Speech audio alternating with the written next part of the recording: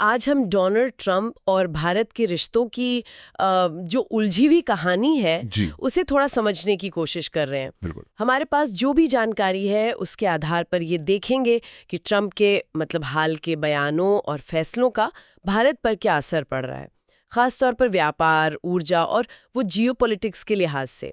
ये बड़ा दिलचस्प है कि ट्रंप का रवैया कैसा है। एक तरफ तो प्रधानमंत्री मोदी को महान दोस्त कहते हैं, हाँ बिल्कुल। और दूसरी तरफ भारत पर गलत व्यापारिक तरीकों का आरोप लगाकर टैरिफ लगा देते हैं। हाँ, ये दोहरापन दिखता है। तो ये है क्या पूरा मामला? चलिए थोड़ा गहराई से समझते हैं इसे। शुरुआत व्यापार से करते हैं। जी ट्रंप की एक शिकायत लगातार सुनने में आई है हाँ, वो टैरिफ वाली बात।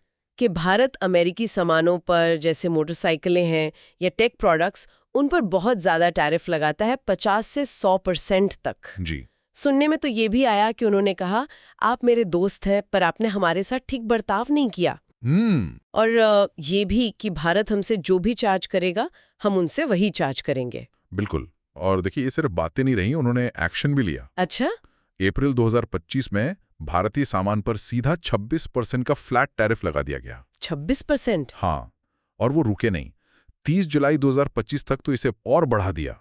लगभग सभी भारतीय आयातों पर 25% प्लस पेनल्टी। बाप रे। और भारत को टैरिफ किंग तक कह डाला, मतलब टैरिफ का बादशाह। तो इसका असर तो फिर भारत के एक्सपोर्टर्स पे सीधा पड़ा होगा, खासकर जो कपड़ा, फार्मा, स्टील, टेक वाले हैं। हाँ, असर तो हुआ है, जाहिर है। लेकिन दिलचस्प बात यह है कि भारत सरकार ने अभी तक जैसे को तैसा वाला जवाब नहीं दिया है। अच्छा, जवाबी टैरिफ नहीं लगाया? नहीं, अभी तक तो नहीं। वो लोग कूटनीति और बातचीत पर ज्यादा जोर दे रहे हैं। अच्छा, व्यापार के अलावा एक और बड़ा मुद्दा रहा है जिसने ट्रंप को नाराज किया है, वो है भारत रूस संबंध। हाँ, ये भी एक अहम पहलू है। खासकर यूक्रेन युद्ध के बीच भारत का रूस से लगातार तेल और हथियार खरीदना। बिल्कुल। ट्रंप को लगता है कि इससे रूस को अलग थलग करने की जो पश्चिमी कोशिशें हैं वो कमजोर होती हैं। देखिए, ये मामला थोड़ा पेचीदा है। भारत का तर्क बहुत सीधा सा है। क्या? कि उन्हें अपनी बड़ी आबादी के लिए ऊर्जा चाहिए और रूस से सस्ता कच्चा तेल मिल रहा है, तो वो इसे अपने राष्ट्रीय हित का मामला मानते हैं, किसी गुट या गठबंधन का नहीं। ऊर्जा सुरक्षा पहले। हाँ, एक तरह से कह सकते हैं कि ऊर्जा सुरक्षा को वो भू राजनीति से ज्यादा अहमियत दे रहे हैं। लेकिन ट्रंप की तरफ से तो प्रतिक्रिया तीखी आई थी। हाँ, काफी तीखी। यहां तक सुनने में आया कि उन्होंने कहा, भारत अगर चाहे तो रूस के साथ अपनी मरणासन्न अर्थव्यवस्था को डुबो सकता है। ओ, ये तो बहुत कड़े शब्द हैं। जी। और ये दबाव सिर्फ व्यापार और रूस तक ही नहीं रुका, है ना?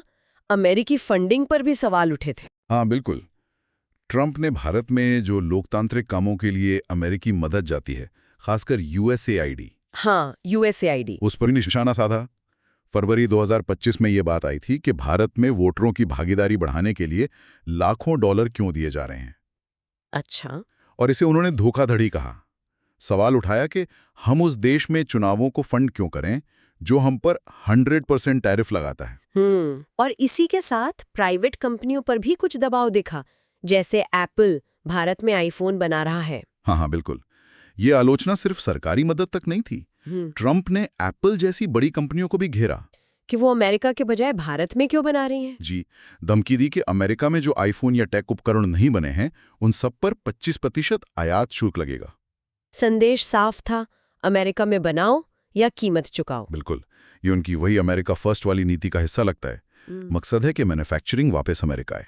तो कुल मिलाकर ये तस्वीर बन रही है कि भारत के सामने कई मोर्चों पर एक साथ संतुलन बनाने की चुनौती है। सही कहा आपने। एक तरफ तो अपनी ऊर्जा जरूरतें हैं, रक्षा मामलों में अपनी आजादी बनाए रखनी है, और दूसरी तरफ अमेरिका का ये बढ़ता हुआ दबाव झेलना है। ऐसा लग रहा है कि ट्रंप के आने से अमेरिका भारत रिश्ते ज्यादा लेन देन वाले हो गए हैं। हाँ, ट्रांजैक्शनल कह सकते हैं। दोस्ती इस बात पर निर्भर करती है कि भारत आर्थिक और भू राजनीतिक मामलों में अमेरिका की कितनी सुनता है। तो भारत इस सब का जवाब कैसे दे रहा है? क्या कोई रणनीति नजर आ रही है? देखिए, पर्दे के पीछे काफी कुछ चल रहा लगता है। जैसे?